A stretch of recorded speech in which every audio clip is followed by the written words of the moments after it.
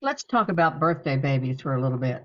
I know you say, oh my gosh, why should I have to do this? Well, this is the foundation for your brilliance. From here, all other essays will be a walk in the park. This is so important, and it's very important that we get it right. So let's look at some of the common issues, fix them, and move forward in the class. Let's take a look together. Start with this word that is a problem for so many people. You all, it's a problem for me too. And that goes like this.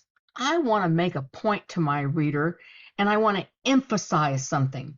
So I say, it's very excellent. She was very good at her job. He was very handsome. She was very devoted to her studies. It is a completely unnecessary word.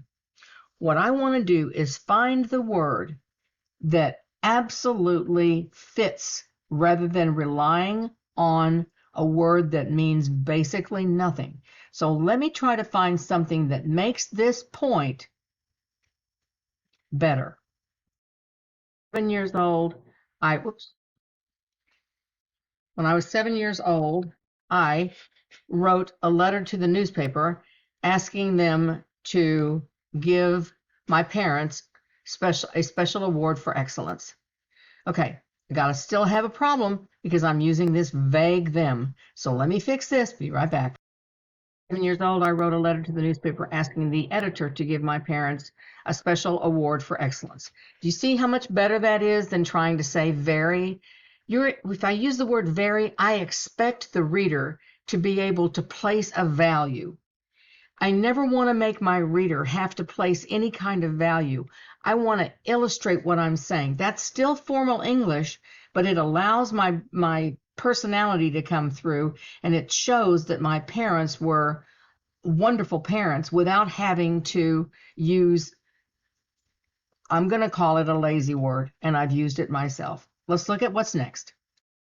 This word being, it is the most overused, unnecessary word. It throws almost every sentence into a wordy, run-on nightmare. There's no reason for the word. And I've argued this with other professional people who say, well, yeah, but you'd have to say a human being. I go, no, I don't. A human, right? So this word always causes problem. I have done it myself. When I go back to edit my work, I always go up here to find when I'm reviewing something, and I'll find it. I'll find where I used the word being, and then I'll take it out. Because everybody has a problem with that I know. I'm not speaking for everybody in the world, but everybody I know has problems with the word being. I just don't use it. There are so many other ways to express what I want to say without throwing my sentence into a fragmented, wordy nightmare. So let me do the fix on this one. Born the day before a major holiday, comma, whatever that holiday is, comma, and what was the result of that? I always felt I missed out on notoriety. Okay, let's look at the next one. It just happens to be the same day I was born. Here's what's happening here, I think. And I saw this several times in submissions. It seems like the writer is trying to be conversational and charming with the reader and carry on this analysis of their birthday that happened to coincide with another important day of the month. But this is formal writing, and that means the charm comes through in the information that you choose to provide. And that takes us over to the reminder that the course textbook that is in the classroom contains information that needs to be studied. So I see an assignment is formal writing. I need to go over to the course textbook and see what is formal writing. What is relaxed formal writing? What is tone? How to revise my essay. To view these pages. How to edit wordy sentences, demonstrated here. How to punctuate titles, if I'm using titles. cite sources in an essay and so forth. You get the point. Formal fix. Coincidentally, I was born on the same day. Let's look at the next one. One of these examples that I saw a few times is way back, as far as I can remember. You are going to be fantastic storytellers. You are going to be writing the most wonderful fiction, I can already tell. But in an expository essay, a research-based essay that is written in formal style, the goal is not to chat up the reader, but to provide the reader with factual information. So that's just another example that I saw. And again, this writer, these are all examples I made up. These are not from your actual pieces of work, is trying to engage the reader. Is trying to be, charming with the reader, but it's not necessary, not in formal writing. Let's see what's next. They're all vague statements. He was president until they assassinated him. I don't care if 20 sentences before were about Lincoln. When I have a sentence and I can take it out of context and it makes no sense, that's a problem. So this can become part of the sentence before. I can take the information in this sentence. He was president until they assassinated him. We don't know who they are. We don't know who he is. And we don't know the when. When they assassinated him, when? So do you see how vague that sentence is and what a problem that is, where we need specific information? Another thing that I see is these general things. A lot of things happened on my birthday. First, instead of things, it should be events. Things is a word that means nothing. So we want to make sure that we find it exact word. Many people knew what happened. I don't know what happened. I'm not one of the many. I don't know who many are. A ton of people died in the war. So now I hear what you're saying. You're saying, now I got to go find out how many is. Yes. Let's see how long that takes.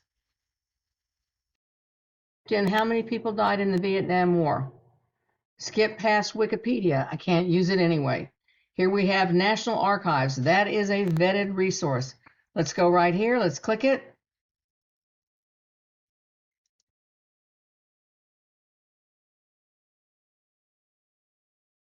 Let's find the number. First things first. Let's go up here, copy it, go over to EasyBib, create the citation.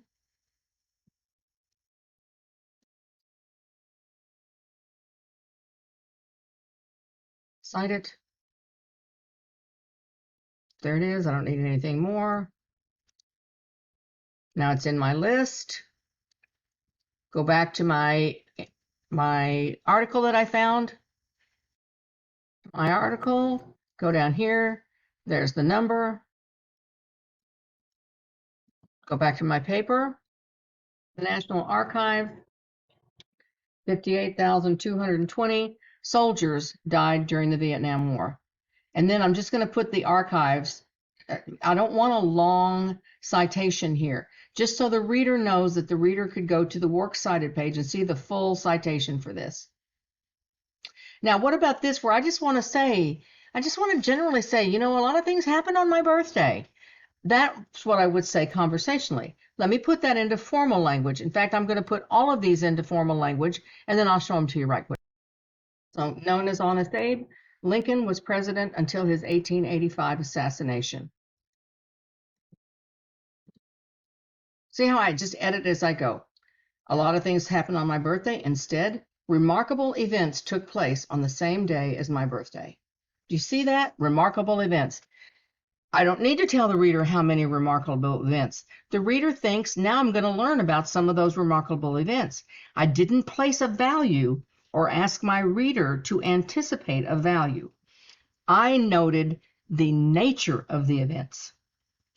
Many people knew what happened, so let's get specific without having to go out and research.